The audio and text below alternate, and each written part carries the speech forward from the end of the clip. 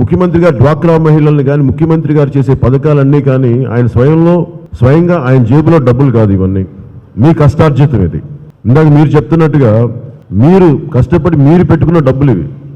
మీరు పెట్టుకున్న డబ్బులు మీకే ఇవ్వడానికి అది వాళ్ళు దోపిడీ చేస్తూ ఉన్నారు. అందుకని నేను చెప్పేది ఏంటంటే, మీరు గవర్నమెంట్ ఉచితంగా డబ్బులు ఇవ్వట్లేదు, అది మన డబ్బు, మన ఉమ్మడి శ్రమ, మన ఉమ్మడి సంపాదన. మీరు ప్రభుత్వానికి నిలదీసే హక్కు మీకుంది. మీకు స్థానికంగా ఎవరైతే సీఏలు ఎవరైతే ఉన్నారో వాళ్ళని నిలదీసే హక్కు మీకుంది.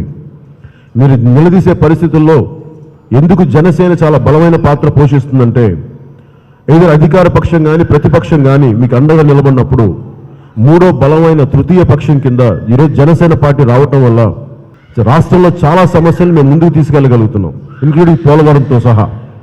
ఈ రోజున మేము కోరుకునేది కూడా మీకు మేము అండగా ఉంటాం, ఆడపడుచులకి అండగా ఉంటాం. మీరు దోపిడీ జరుగుతూ ఉంది, డ్వాక్రా మహిళా సంఘాలు మీ శ్రమను దోచుకుంటా ఉన్నారు.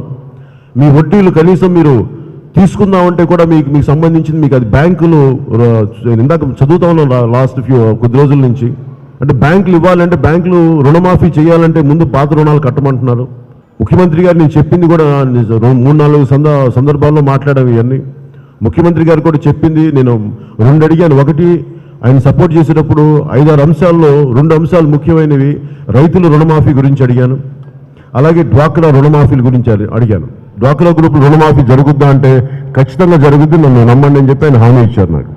కానీ ఈరోజు వింటా ఉంటే కనీసం రుణమాఫీ అనేది సవ్యంగా లేదు. ప్రతి ₹1,00,000కి ప్రతిసారి ఏదో ఆచితూచి ఏదో అప్పుడప్పుడుగా ఒక 10,000 అట్లాగా.